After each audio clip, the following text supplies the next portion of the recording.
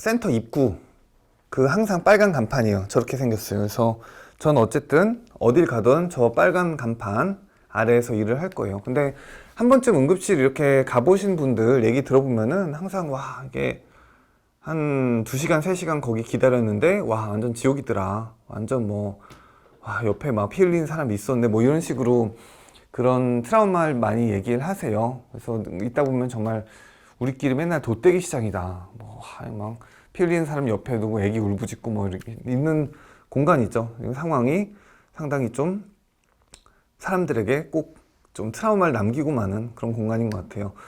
그래서 이렇게 중증 외상 환자, 특히 이렇게 중증 외상 환자 오면은, 저희끼리 그야말로 피를 뒤집었어요. 이렇게 정말 이렇게 그 인터넷 돌아다니는 저런 사진처럼 피 이렇게 흥건하게. 그리고 또 환자들 피가 이렇게 질질 쏟아지는 게 아니라 또 이렇게 뭐 하다가 한 번에 쏟아져요. 그래서 이렇게 흉관 연다고 이렇게 흉관 딱 열면은 갑자기 피가 왈칵 이렇게 쏟아지고. 그래서 저희 옷에 불시에 쏟아지니까 저희는 근무할 때 보통 의사들 보면은 맨발에 크록스 신고 그 일하잖아요. 그게 피 쏟아져서 그래요. 피가 하도 쏟아지니까 양말 신으면은 그게 막 운동화 이런 거 신으면 다 버려요. 그래서 이게 그냥 바로 이렇게 물로 헹구고 일할 수 있게. 게다가 요새는 근무복도 제가 항상 남색 근무복을 입었거든요. 남색이 피가 튀면 가장 안 보여요. 검은색보다 더 안 보여요. 근데 요새는 응급실에 일회용 옷이 나왔어요. 일회용 옷. 그래서 근무 때 입고 하루 딱 입고 그냥 버려요. 그런 일회용 옷들을 피가 하도 오물이 하도 쏟아져서 그런 걸 입고 일을 합니다. 그리고 헬기도 날라요. 제가 옛날에 있던 병원은 헬기장 있었거든요. 그래서 딱 환자 떴다. 헬기 이제 날아오고 있다. 그러면은 우리끼리 바쁜데 이러면서 이 카트 밀고 간호사 한 명이랑 우리 인터쌤이랑 올라가가지고 그 비상 그 루트로 헬기 이렇게 기다리고 있으면은 뭐 관악산에서 뭐 다리 삔 사람 온다 그랬지? 그래서 이렇게 관악산을 보고 있으면은 관악산에서 우르르 날아와요. 저렇게. 그러면은 이렇게 봤다가 우리끼리 뭐 기념사진도 하나 찍고 이렇게 내려오고 그럽니다. 그래서 이 응급의학이라는 학문을 이렇게 다루다 보면은 사람이 언제 아프고 언제 불편한가를 알 수가 있는 것 같아요. 제가 어떠한 알러지도 없고 두드러기도 난 적이 없거든요. 근데 응급실엔 두드러기가 정말 많이 와요. 하루에도 한 10명씩은 옵니다. 그래서 사람들이 이런 두드러기로 고통받는구나. 나는 고통받아보지 않아도 뭔가 배울 수가 있는 거죠. 그래서 가령 밖에서 교통사고가 났어요. 저희 그 이대 목동병원 앞에 노들길에 과속이 되게 많아요. 그래서 막 응급실에 전화가 옵니다. 노들길에서 지금 관광버스 2대가 추돌 했습니다. 근데 둘 다 등산객, 상충객이 다 들어있어서 한 버스당 30명이 들어있어서 60명 교통사고 환자 발생했습니다. 이대목동병원 몇 명 받을 겁니까? 이렇게 전화가 와요. 그러면 그놈의 노들길 왜 이렇게 가서 그래? 이렇게 되겠죠. 그래서 우리 한 20명 받겠다고 해요. 그러면 간호사분이 이렇게 수화기 딱 온다는데 미쳤어요 선생님. 20명 어떻게 받아? 말도 안 돼. 이렇게 우리끼리 싸우기도 하고요. 네, 어쨌든 밖에 그래서 사건 사고가 어떤 게 나는지 그런 것들을 좀 볼 수가 있어요. 그 제가 옛날에 안산 쪽에 있는 병원에서도 일을 했었는데 그 안산 쪽의 병원에는 공단이 많았어요. 이 공장들이. 그러니까 공장에서 어떤 사고가 나는지 뭔가 사람 뭐 팔이 롤러기에 들어간다든지 아니면 뭔가 폭발 사고가 있다든지 그러면은 그런 것도 다 보게 되죠. 그래서 이렇게 사람들이 진짜 끔찍한 이런 일 겪는구나도 알게 되는 게 응급의학의 일이에요. 뭐 가령 저 안산에 있을 때 저희 앞에 공장 나트륨 주물이 한번 폭발했거든요. 폭발. 그래서 이렇게 우리 얼마 전에 뭐 이천에서도 막 폭발 사건 있었고 뭐 몇 명 사망 이렇게 그냥 이야기 나오잖아요. 근데 진짜 제가 그때 폭발 사건 봤을 때 7명인가가 그 현장에 있었는데 진짜 산채로 다 불탄 거예요. 산채로 99% 3도 화상을 입은 거예요. 그래서 저희 병원에 3명을 밀고 들어왔는데 그 중에 진짜 인간을 산채로 이렇게 불태우면 어떻게 되는가. 진짜 저는 약간 솔직히 그런 생각이 들었어요. 고기나 다름이 없구나. 사람을 그렇게 구워버리면 진짜 똑같은 형태로 똑같이 구워지는구나. 이런 정말 끔찍한 것들을 봤습니다. 그래서 이런 노동자라는 게 무엇인가, 이렇게 사람을 위험하게 한 게 무엇인가, 그런 생각이 들기도 하는 곳이 응급실인 것 같아요. 그리고 또 제가 안산 얘기했죠. 근데 이 세월호 사건도 안산에 있던 애들이었죠. 그래서 저희 그 안산병원에, 고대 안산병원에 이 세월호 생존자 애들이 입원을 했었어요. 그래서 이 그 학우들이 정말 다 수장돼서 다 죽고, 아이들은 배에서 간신히 살아나와서 팽목항에 있다가, 그때 이 팽목항에 갔던 것도 다 대부분 응급학과 의사들이었고요. 재난 관련된 거니까. 그다음에 이 아이들을 이제 관광버스에 태워서 저희 병원에 이제 입원을 시켰어요. 그래서 아이들이 좀 쉴 수 있게 한 층을 통째로 비워가지고 그 아이들이 그냥 응급실에서 검사만 받고 올라가서 이렇게 좀 정신적으로 요양할 수 있게 이렇게 저희 병원에서 자리를 마련해서 비웠습니다. 근데 또 문제가 이게 이 과정에서 생긴 거예요, 당시에. 이 아이들 받겠다고 하고 이제 아침 일찍 출발하니까 우리가 한 점심때쯤 이제 올 거라고 기다리고 있었는데 그 앞에 기자들이 이렇게 쭉 섰어요. 기자들이 취재한다고. 포토라인 쭉 선 겁니다. 그래서 애들이, 세월호 생존자 애들이 관광버스에 내려서 들어가는 걸 찍겠다는 거예요. 기자들이. 그러면 안 되죠. 근데 고등학생이잖아요. 그렇게 슬픈 일을 겪은 애들을 그거 어떻게 찍겠다는 거예요. 그래서 이게 우린 의사지만, 우리는 뭐 그거는 알 바 아니지만, 알 바 아니라고 생각할 수도 있지만 그건 솔직히 아니라고 느꼈어요. 그래가지고 그 관광버스를 일부러 뒤로 돌렸습니다. 그래서 이 뭐 레지던트들 출근한 쪽문으로 돌려가지고 애들을 그 뒤로 들어오게 했어요. 그래서 그 포토라인에 한 명도 안 지나가고 응급실로 들어왔습니다. 아이들이 좀 좁게 들어왔지만요. 그래서 다행히 좀 그냥 잘한 것 같은데, 그날 밤에 기사가 이렇게 뜨더라고요. 고대 안산병원이 국민의 알 권리를 해쳤다, 이렇게 떠더라고요. 그러니까 참 어른들이 나빠요. 뭐 그런 좀 사회에 대한 생각도 다양한 게 들고, 그런 데가 응급학과 전문의로서 뭔가 느낄 수 있는 것들인 것 같습니다. 또 의학의 분야가 되게 많아요. 뭐 가정의학과도 있고, 결핵과, 뭐 내과, 내분비, 뭐 다 신장, 뭐 소아과, 비뇨기과, 안과, 신경외과, 되게 많은데, 이걸 사실은 대체로 응급 상황이면은 저희는 다 공부를 합니다. 그래서 다 알고는 있어요. 하지만 이과 의사들만큼은 모르겠죠.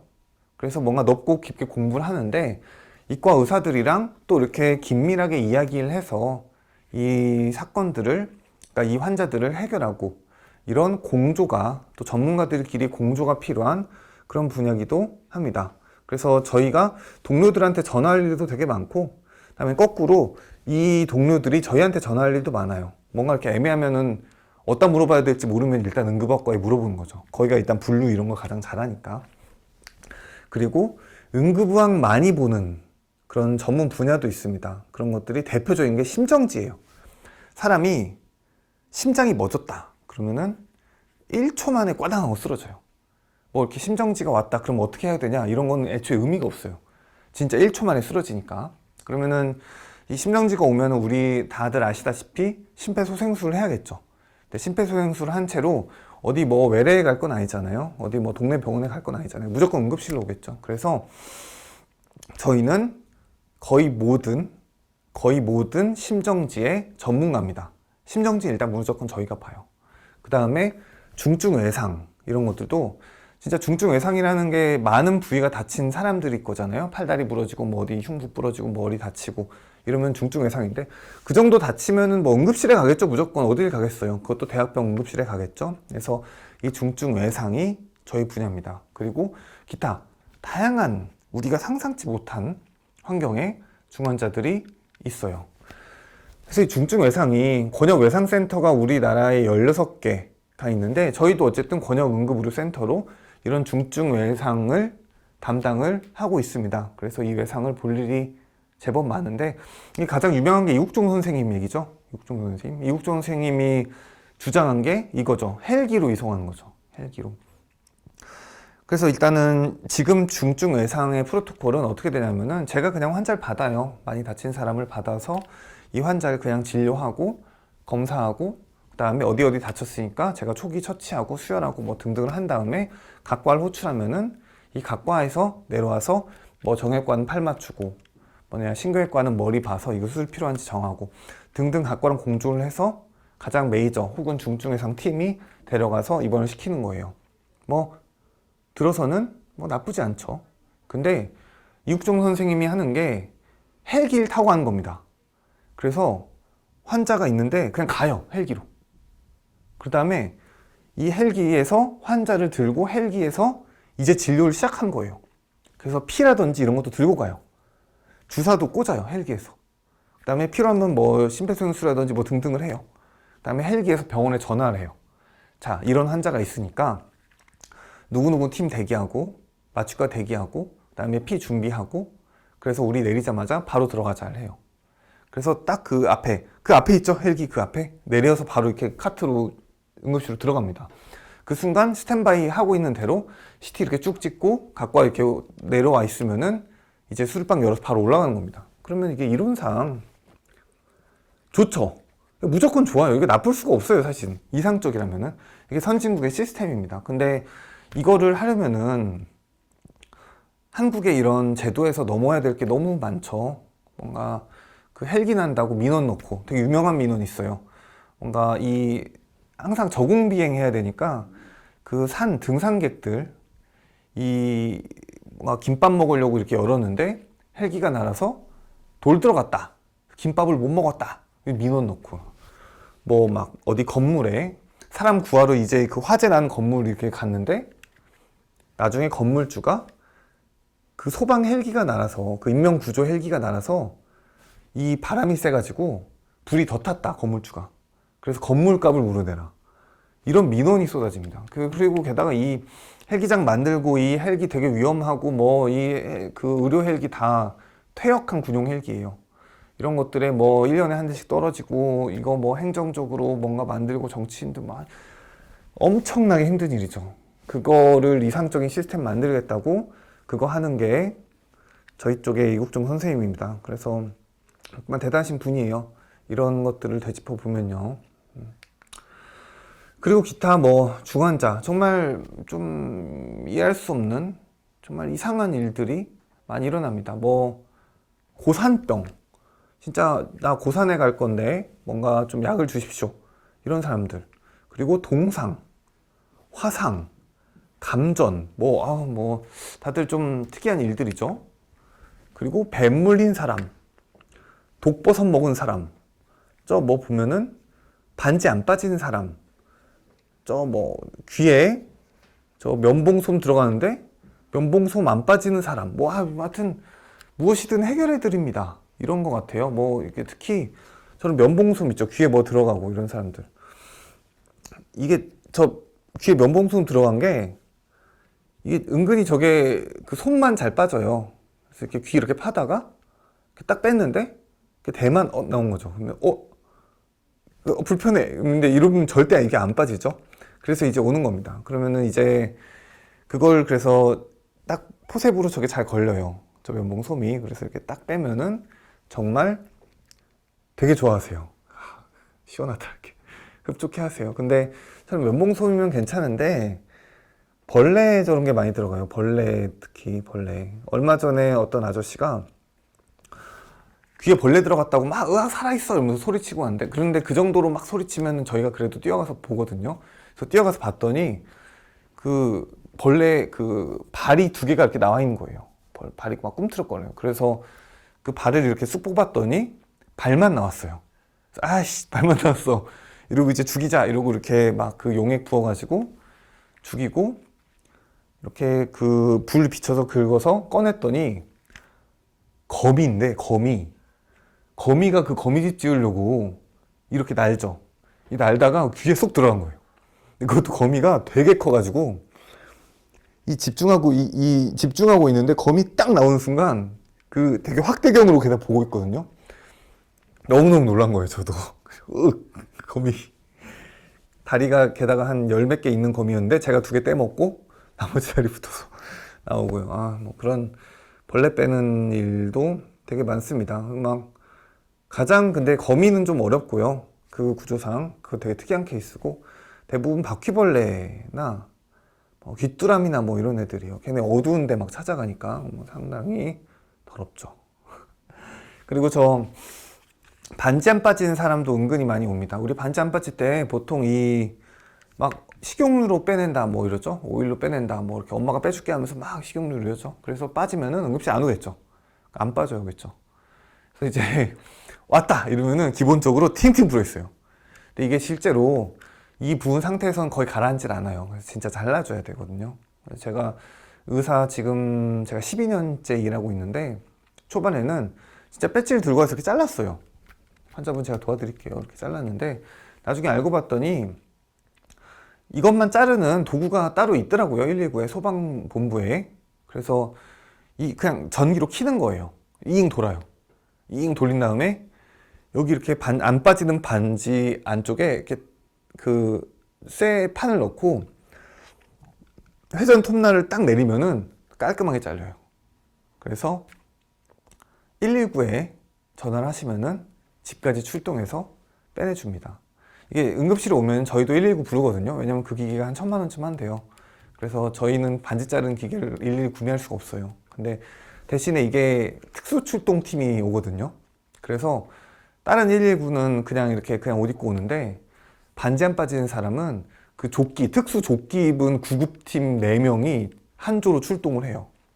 그래서 막 응급실에 영차 이렇게 뛰어와서 어디 하면은 이렇게 막 누군 피 흘리고 있고 누구 애우고 있고 한데 반지 안 빠지는 사람 붙들고 반지 빠지고 그러면 아주머니 되게 민망해 하시고 뭐 그렇습니다.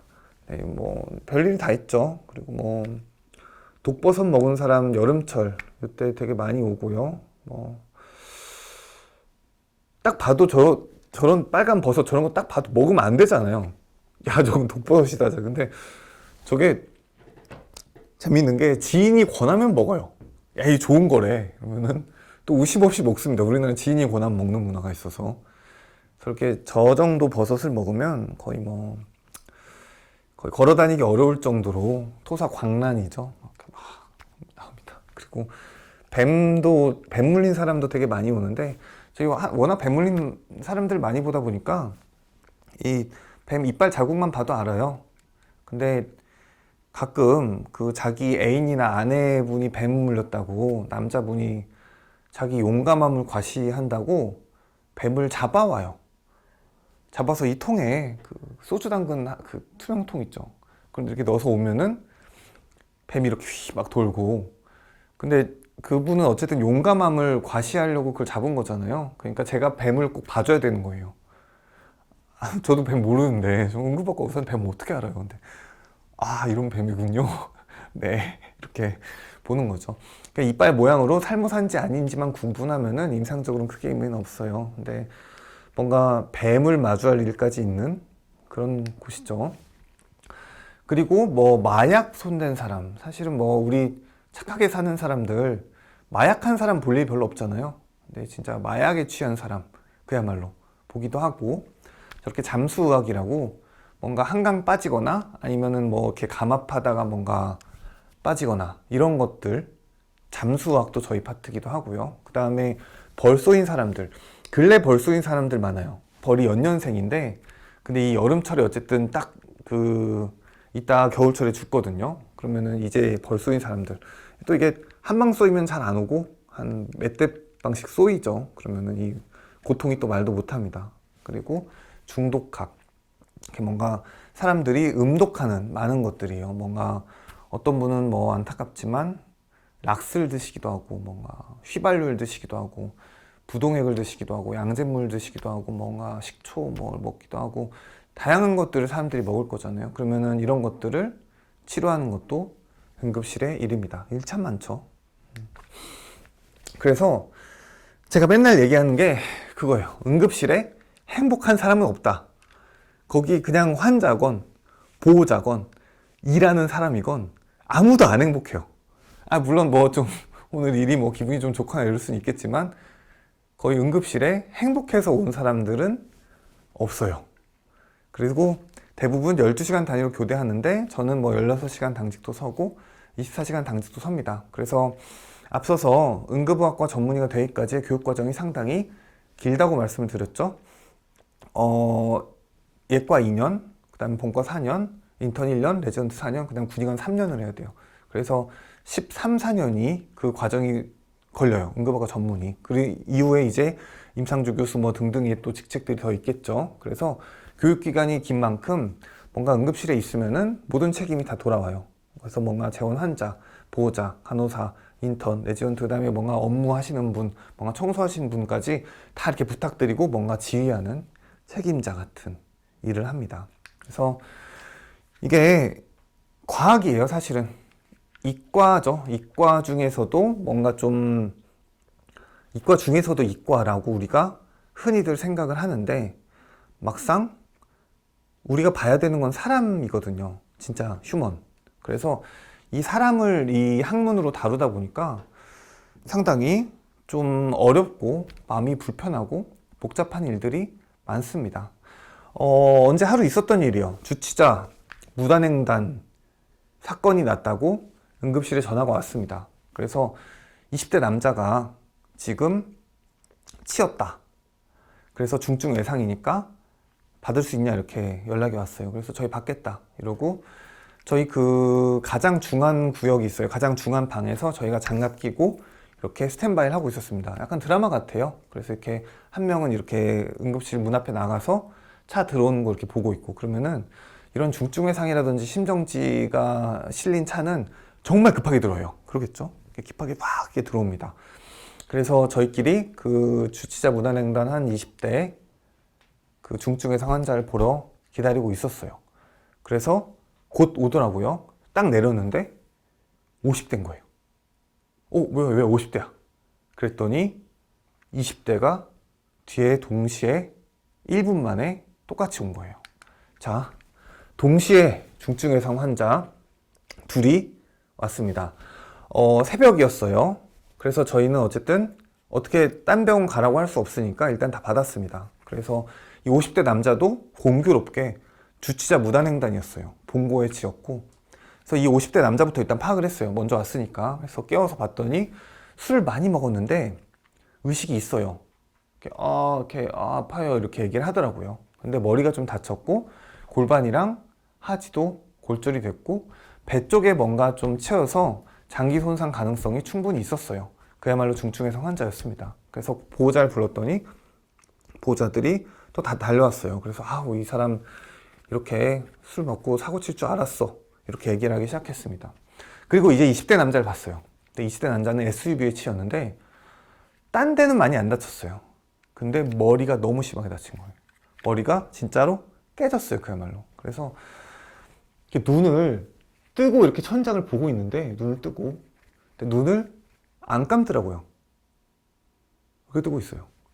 이게 사람이 뇌출혈이 생겼을 때 처음에는 그냥 뇌에 출혈이 생기면 그냥 많이 아파요. 두통이 있어요. 근데 이 두통이 심해지고 뇌를 점점 누르면서 의식이 저하되는데 의식이 저하되면서 이렇게 막 발버둥 치기도 하고 뭔가 아파요 소리 지르기도 하고 그러겠죠. 그러다가 어떠한 움직임도 없이 남고 이 눈을 깜빡이는 반사가 눈을 지켜야 되는 반사가 되게 중요한 반사거든요. 이것까지가 없어지면은 이 사람은 죽기 직전이에요. 그 다음 없어지는 게 호흡이에요. 그래서 눈을 안 깜빡거리고 있는 거예요, 이렇게. 그래서 눈알을 이렇게 건드려 봤는데 이게 의학적인 검사예요. 건드려 봤는데 눈을 안 감아요. 그래서 큰일 났다. 이 사람은 진짜 뇌수술을 바로 안 하면은 죽겠다. 근데 해도 사실은 죽을 확률이 높겠다. 이렇게 판단이 됐습니다. 이제 초기 처치는 다 했는데 하필 그때 CT 기계를 쓸 수 있는 게 한 대예요. 한 대. 근데 중증 외상이라서 모든 전신을 다 찍고 나오는 데가 한 40분이 걸려요. 그래서 한 명은 40분을 기다려야 돼요. 자, 그러면은 나는 응급실 책임자죠. 그러면 이 둘 중에 한 명을 선택을 해서 먼저 넣어야 돼요. 그 다음에 한 명을 기다리라고 해야 돼요. 자, 그러면 우리는 어떻게 하죠? 어떻게 할까요? 이거 교과서에 나온 얘기도 아니에요. 정답도 없어요. 몰라요. 모릅니다. 근데 선택은 해야 돼요. 간호사분이 와서 이렇게 얘기하는 거죠. 자, 빨리 선택 안 하면 다 죽어요. 그러니까 빨리 합시다. 이렇게 얘기 되는 거죠. 그런데 우리는 보통 그러면은 저런 상황이 되면은 누구를 선택할까요? 아무래도 젊은 사람이죠. 좀 마음이 좀 그렇기도 하고 뭔가 좀 어쩔 수 없이. 근데 전략으로 치면 20대 남자를 좀 어차피 너무 안 좋으니까 나중에 놓고 살 사람을 먼저 살려서 술방에 올리고 그럴 수도 있어요. 근데 좀 그렇게 잘 안 되죠. 그래서 20대 남자를 먼저 넣었습니다. 딱 찍고 나왔어요. 딴 데는 안 다쳤어요. 근데 머리가 많이 다쳤어요. 그래서 올려서 이제 머리 수술하게 시켰습니다. 그래서 다행히 수술을 잘 받았어요. 그리고 이제 55세 남자를 1시간 기다렸다, 됐다, 빨리 가자 이러고 끌고 가려는데 이제 의식이 없어요. 혈압 안 잡혀요.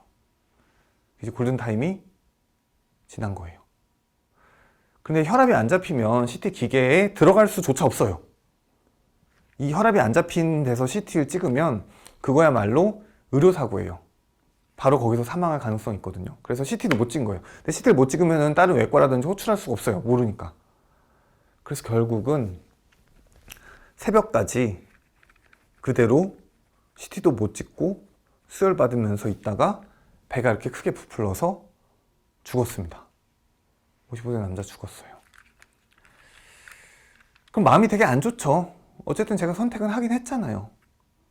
그리고 예견했는데도 못 막았잖아요. 그래서 이게 상당히 괴로운 일입니다. 어차피 인간이 인간을 다루는 일이니까. 그래서 이제 20세 남자가 수술 잘 됐는지 아침에 보러 갔어요. 이게 가족들도 이제 와 있더라고요. 그래서 갔더니 눈을 감고 있더라고요. 그나마 조금 낮은 거예요. 그래서 그다음에 그래도 한 명 어쨌든 선택을 해서 조금 살려라도 낫다라고 생각을 했습니다. 그리고 그냥 마음의 위안을 약간 얻고 퇴근을 해서 자고 다음날 다시 출근을 해서 일을 하고 아침에 퇴근할 때 다시 가보니까 죽었어요. 20세나 죽었어요. 그러니까 다 죽었어요. 결국은 누군가는 계속 죽어가고 그 선택지는 정해지고 근데 어떤 게 최선일지 몰라요. 만약은 없는 거죠. 만약 뭐 저렇게 했으면 우리가 뭐 변명할 수 있는 게 없거든요. 그래서 이런 선택지에 계속 직면하는 게 일입니다. 또 40세 남자예요. 저보다 조금 나이가 많은 사람이죠. 근데 사람 몸이라는 게 정말 재밌는 겁니다. 저는 그 몸을 다루는 사람으로 그런 생각들을 많이 해요. 그래서 이게 우리 되게 몸 멀쩡하고 그냥 계속 쓸 수 있을 것 같잖아요. 근데 우리 몸에 혈관 중에 특별한 혈관 몇 개는 그 혈관 하나만 딱 막히면은 사람이 바로 죽어요. 혈관. 그냥 피가 흐르는 관인데 그게 그냥 막히면은 그 이후로 그냥 죽어요. 그래서 대표적인 게 뇌에 있는 것들이에요. 뇌 동맥 같은 거 막히거나 터지면은 사람 그냥 바로 쾅 쓰러져 죽죠. 그리고 그 다음이 심장 쪽이에요. 이 심장 쪽에 그 대동맥 분지에서 나오는 관상동맥이 3개가 있는데 이 3개 중에 완벽히 하나 정도만 막혀도 사람이 죽을 확률이 대단히 높아요. 그게 심근경색이고 심장을 먹여 살리는 심장을 뛰게 하는 이 에너지가 없어지는 거예요. 그래서 피가 안 도는 게 경색이죠. 그래서 심장의 근육이 피가 안 가서 경색을 일으켰다는 게 심근경색이에요. 그래서 우리가 심근경색으로 죽었다는 얘기가 되게 많죠. 이게 바로 그 병입니다. 그래서 이 40세 남자분이 심근경색으로 오셨는데 흉통이죠. 증상이 가슴이 아파요죠. 가슴이 너무 아파요라고 해서 왔어요. 근데 심전도를 딱 찍어보니까 바로 우리는 심근경색임을 알았어요.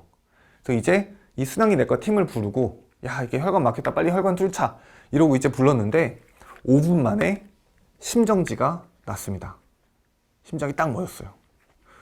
그럼 보통 심폐소생술을 우리가 바깥에서 했다 그러면은 대부분 사람이 의식이 없어요. 1초 만에 우리가 쓰러진다고 얘기했죠.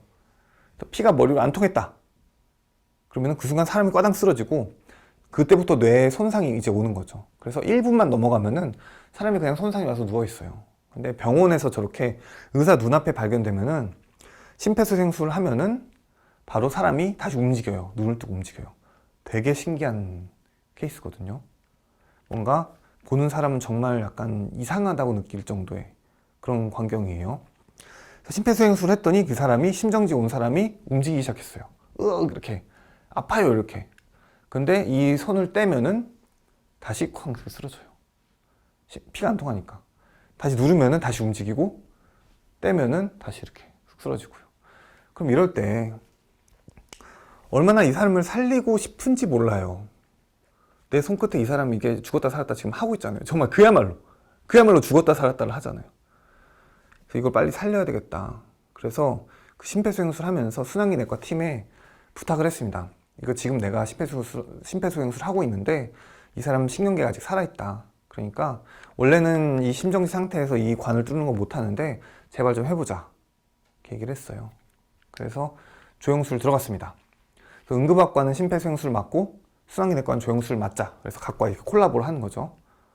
이렇게 저는 그 뒤집어 쓰고 심폐소생술 하고 있고, 거기는 그래서 이제 올라가서 이렇게 막 서로 이렇게 얘기하면서 올라가는데, 이미 그 타임까지 이제 40분 됐고 환자는 안 움직이는데, 그것만 뚫으면, 이제 그 혈관 하나만 찾아서 뚫으면은 어떻게든 살릴 수 있을 것 같았는데, 사실 거의 기적에 가까운 일이거든요. 이게 순환이 없으니까 이게 안 보여요. 그래서 결국은 기어쿠 이 사람을 살리려고 들어갔는데 기적이 안 일어나더라고요. 그냥 이 와이어가 안 들어가요. 그래서 한 5번 정도 미끄러지니까 순환기내과에서 포기했습니다. 안 들어간다. 애초에 기적이 안 일어난다. 이렇게. 그래서 저도 알았다. 우리도 포기할게. 이러고 포기를 했어요. 그래서 죽었습니다. 그 40대인데, 40세인데, 근데 그 아내가 같이 왔어요, 아내분이. 그럼 아내분이 이제 와가지고, 막 이제 통곡을 하죠. 그러면서 이제 또 애도 둘인가 있어요. 그러면은 그 대사가 정말 놀랄 만큼 정해져 있습니다. 누구 아빠, 사랑했어. 누구는 잘 키울게. 걱정 마. 이거 4개 반복하거든요. 되게, 내가 지금까지 살리고 싶어 했던 사람이 죽었는데, 옆에서 이런 얘기 하는 걸 들으면은 이게, 견디기가 상당히 어렵습니다. 이런 것들이죠. 이게 죽음이 납득이 안 가겠죠, 사람들은. 그래서 이분 새벽에 또 친형분이 찾아왔거든요. 그래서 자기는 죽음을 납득할 수 없다. 이건 분명히 의료사고일 거다. 이렇게 이야기를 막 또 새벽에 저 정말 지쳐있는데 와서 하시더라고요. 근데 제가 거꾸로 생각해 봤는데 40살 동생이 갑자기 쓰러져 죽었는데 사람 목숨이 그럴 수도 있지 라고 그날 생각 못 하겠더라고요. 저도 어딘가 가서 책임을 묻지. 그래서 이 사람은 그냥 그런 것 때문에 왔구나. 나도 전 그런 생각이 들었습니다. 그래서 전 정말 최선을 다했고 이 기록을 보면은 제 동료들이 저를 정말 열심히 했다 이렇게 얘기를 할 거다. 그리고 사람 목숨은 원래 그런 거다. 일주일만 생각해보고 일주일 지나도 이 죽음이 의문스러우면 찾아와라. 내가 도와주겠다 이랬어요. 애초에 납득이 안 가서 온 사람이지 진짜로 고소하려고 온 사람이 아니었죠. 그래서 그렇게 가게 되더라고요. 이렇게 뭔가 나 스스로도 납득할 수 없을 것 같은 걸 납득시키는 게 제 일이라는 생각이 들었어요. 그래서 내가 바이탈과 의사예요. 특히 바이탈과 의사는 이런 것들이 많아요. 죽음에 책임이 있고 내가 관여한다는 느낌이 있고 또 이거를 막을 수 있지 않았을까 해서 파생된 여러 생각을 할 수밖에 없게 됩니다. 그래서 저는 실제로 이런 것들을 써서 작가로서의 활동을 했고 또 사람들이 그래서 제 책을 읽고 많이 공감해준 작가가 되었거든요. 이 작가가 되는 이야기를 다음 시간에 또 해보겠습니다.